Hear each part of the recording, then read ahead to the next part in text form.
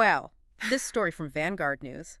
Catholic priest shoots boy over fireworks during New Year Mass in Amo. It's just heavy. It is, yeah. It's a tough one. And, I mean, happening on New Year's Day Mass, too.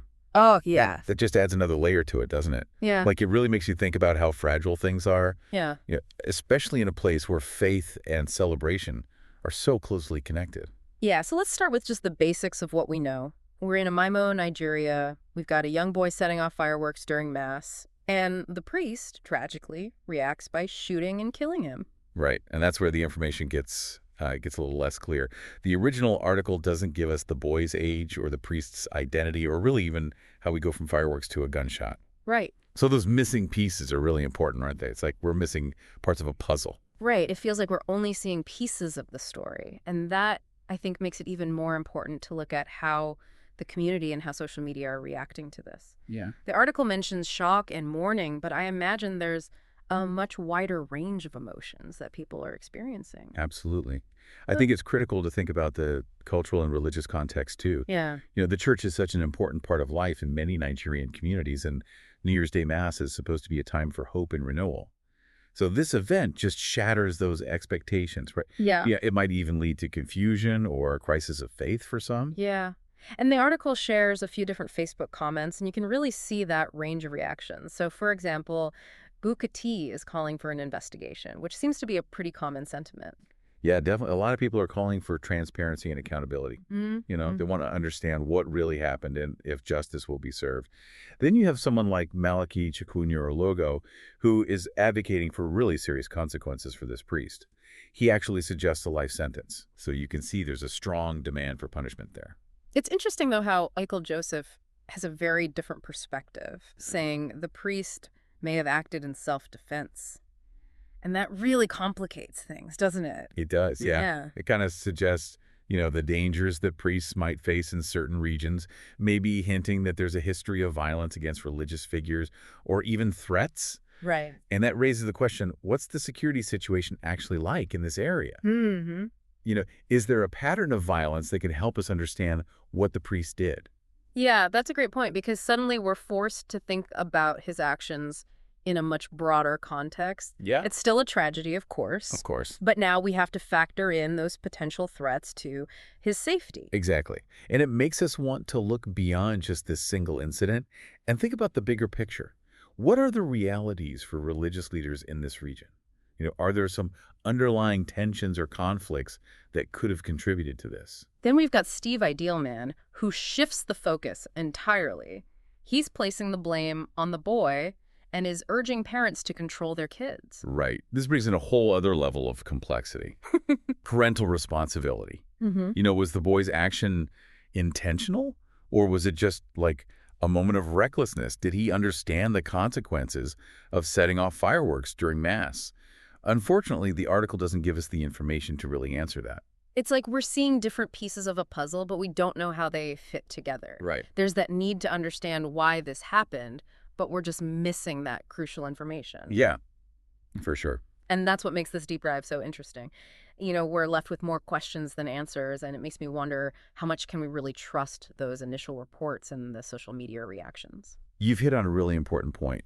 Social media, it can give us some great insights into public sentiment, different perspectives, but it's also like a breeding ground for misinformation and speculation. Right. It's easy to get caught up in the emotion of the moment, but we have to be a little skeptical of those comments, right? I'm definitely guilty of that. It's hard not to get caught up in the outrage or the desire for justice.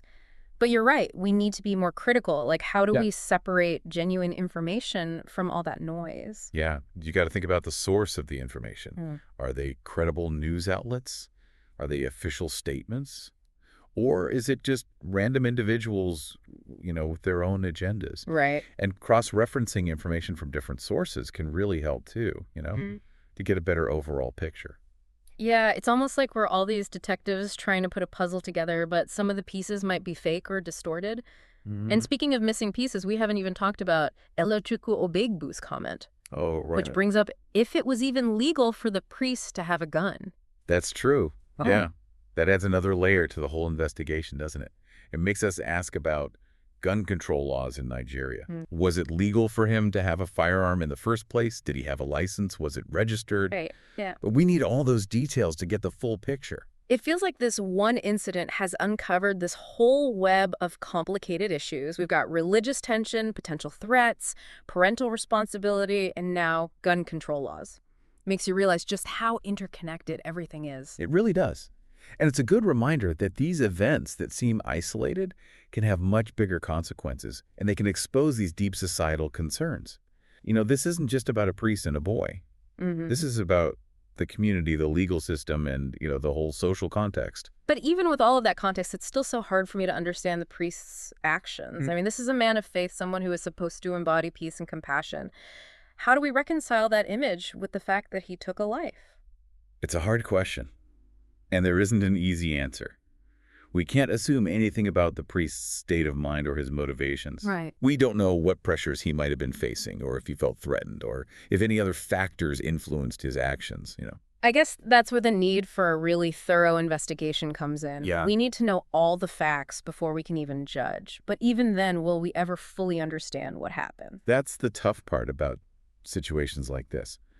Sometimes, even with the most complete investigation, there will be questions we can't answer and uncertainty. We might never know exactly what caused this tragedy, but that doesn't mean we should stop trying to understand. So where do we go from here? We've looked at the initial reports. We've talked about the social media reactions. We've figured out the main issues. What's next in our deep dive? Well, I guess the next step is to think about, the implications of this. Like, it's easy to get caught up in the specifics of this one case. But what does it say about the bigger issues that we've talked about, like fate and violence and responsibility? Yeah, that's when it gets really interesting, right?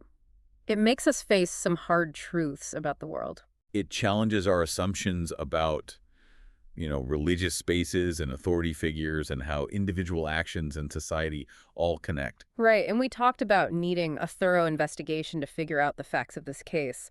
But I'm thinking about the community of Omaimo, too. Like, how do they move forward after something like this? That's hard to say. It could be a catalyst for both, healing and division. I mean, on the one hand, it could bring people together in their grief and wanting justice, but it could also make existing tension worse and maybe deepen distrust between religious leaders and the community. It could even start conflict between people who support the priest and people who don't. Yeah, it's like this ripped open a wound, exposing these raw emotions and issues that maybe were already there, and now they have to deal with all that while also grieving a young life. It's a lot to carry. And it reminds us that even with a tragedy, there's no easy answer. It's going to take time and talking and being willing to face the hard stuff to find a way forward. Yeah.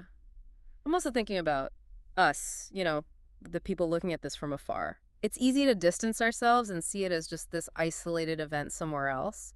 But like we've been talking about, these issues are bigger than just one community. They are. This event shows the challenges we face everywhere. Balancing individual rights with safety, the tensions between different beliefs, and violence in society. Right. Makes you wonder how we can even start to deal with such big issues. Like, is there anything we can do to create a world where tragedies like this are less likely to happen? Well, I think empathy and understanding are the first step. Listening to different points of view and challenging our own biases, having real conversations, even when it's hard. We have to see the humanity in everyone, even those we might disagree with. It's about building bridges instead of walls, right? And seeing that even in the darkest times, there's hope. There's always possibility for growth. That's a great way to put it. This deep dive has been dark and complex, but it also reminds us that even with tragedy, we can choose compassion, understanding, and try to build a better world. So if you're listening, we encourage you to keep learning about this story, find out more information, and talk about these issues. This is just the beginning. The real work starts now.